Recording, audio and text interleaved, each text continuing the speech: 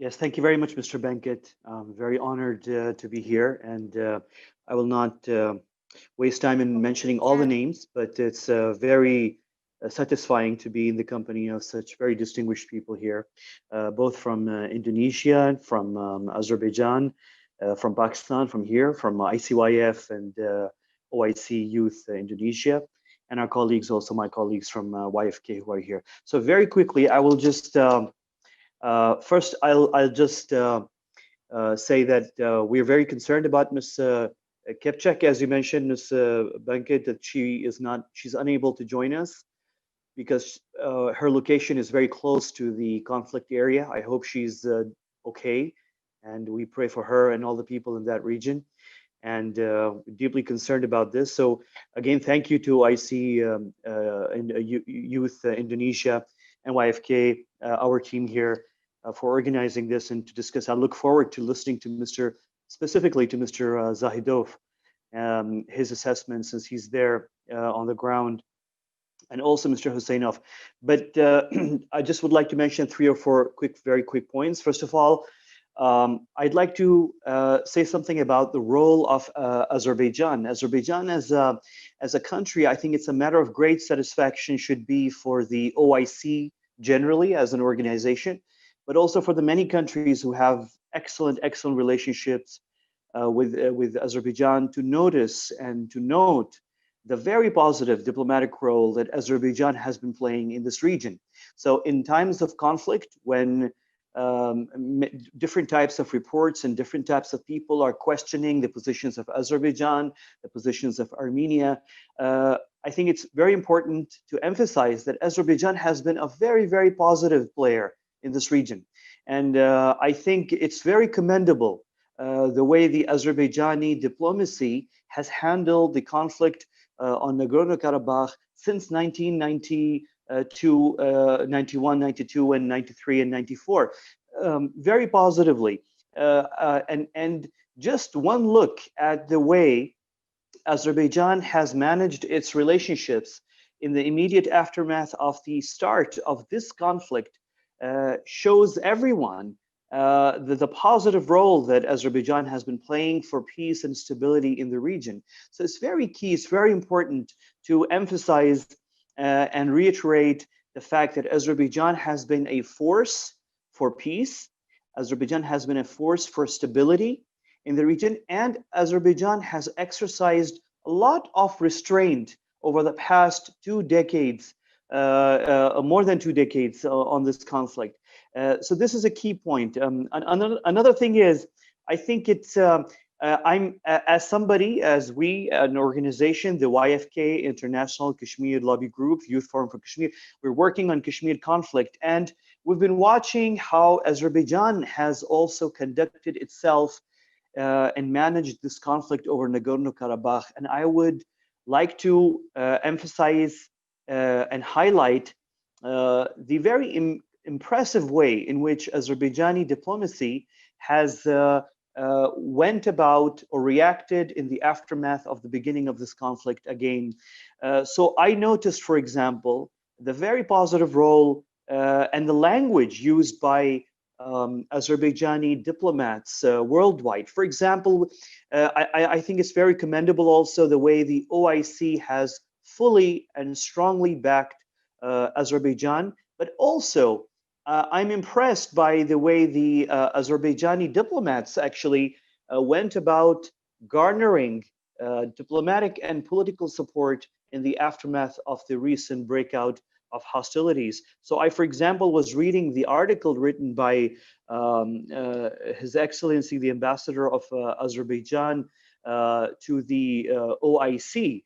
I think it was written in one of the Middle Eastern newspapers a couple of days ago.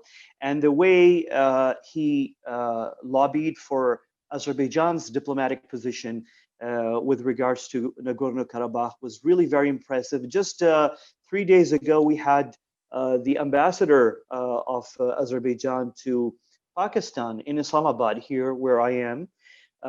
He held a press briefing for the media here, and very impressive language was used, particularly I'm impressed by the way Azerbaijan has won international support for its position by emphasizing two very key points. Number one, that Azerbaijan wants peace, that Azerbaijan wants peace, and Azerbaijan is working for peace, and Azerbaijan's objective is permanent peace in the region. But at the same time, the Azerbaijani diplomacy emphasized a second point, which is justice. So Azerbaijan wants peace, but Azerbaijan also wants justice.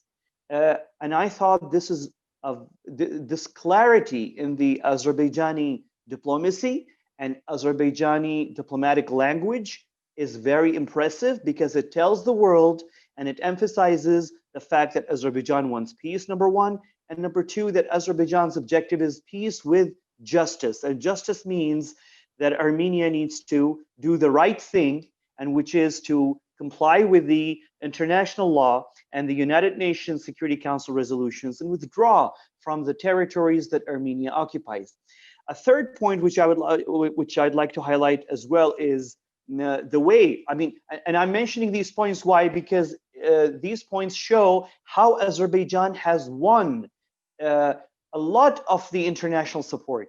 A third point is that Azerbaijan mentioned repeatedly that it has no problem with Armenia if Armenia ends its occupation. So it's really not about hatred.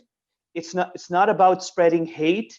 It's not a religious war, and it's only about doing the right thing, and it's about justice, where one country is occupying territory in violation of international law, and it needs to do the right thing by withdrawing from that territory. So very impressive diplomatic language by Azerbaijan, very responsible behavior by a member country of the both United Nations and the OIC. Very peaceful language, a very legal language, and talking about peace and also justice. So very impressive. So it's no wonder that Azerbaijan has the support of both countries within the OIC, who are standing with Azerbaijan as a member country, as a Muslim country. But also Azerbaijan has the support of a wide range of countries in the region and internationally, whether they are members of OIC or they're members of the United Nations. A last point which I would like to here mention is the pragmatic diplomatic style in conflict resolution that the government and the leadership of Azerbaijan has followed. So, for example, and here, of course, we should, all OIC member countries are supporting Azerbaijan, but in particular, the support given by the government of Turkey is very commendable, very highly commendable. Obviously, Turkey is right next door. I'm sure all other OIC member countries are supporting diplomatically and politically, and maybe are exploring other means of supporting Azerbaijan. But Turkey being right next door, physically attached to that region, Turkey has the government of Turkey has taken excellent steps. But also here, I would like to return to Azerbaijan's government steps. Azerbaijan has been very pragmatic diplomacy. I mean, this is a country which is connecting Central Asia and Europe and Middle East through its gas pipeline diplomacy, its energy diplomacy, very positive role. So I noticed, for example, when this conflict began, and Azerbaijan to bolster its military preparedness needed the use of drone technology in warfare, for example. It knew that it had two countries nearby that are very good in drone technologies. One is Turkey, and the other country is Israel. And Azerbaijani government went where it should and did what it has to do to secure this technology in order to bolster its military preparedness to fight for what it's right. Because although Azerbaijan wants peace, Azerbaijan also wants justice. And Azerbaijan will defend its people and will not be stopped by rhetoric or other diplomatic games that are often played, and stop from executing its main responsibility, which is to defend and protect its people and protect its territory. So I highly value the way the Azerbaijani diplomacy also talked about the fact that it has no enmity, no hatred with the other country involved in this conflict, Armenia, that it's about justice, that it's about peace, it's about abiding by the international law. All of these things really make, I think, are very positive.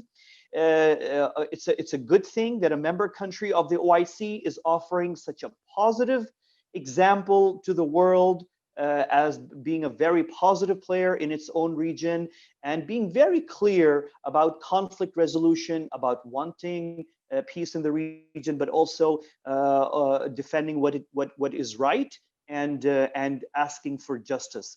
So with this overview, I will end my intervention here, and thank you very much once again for the hosts for this opportunity.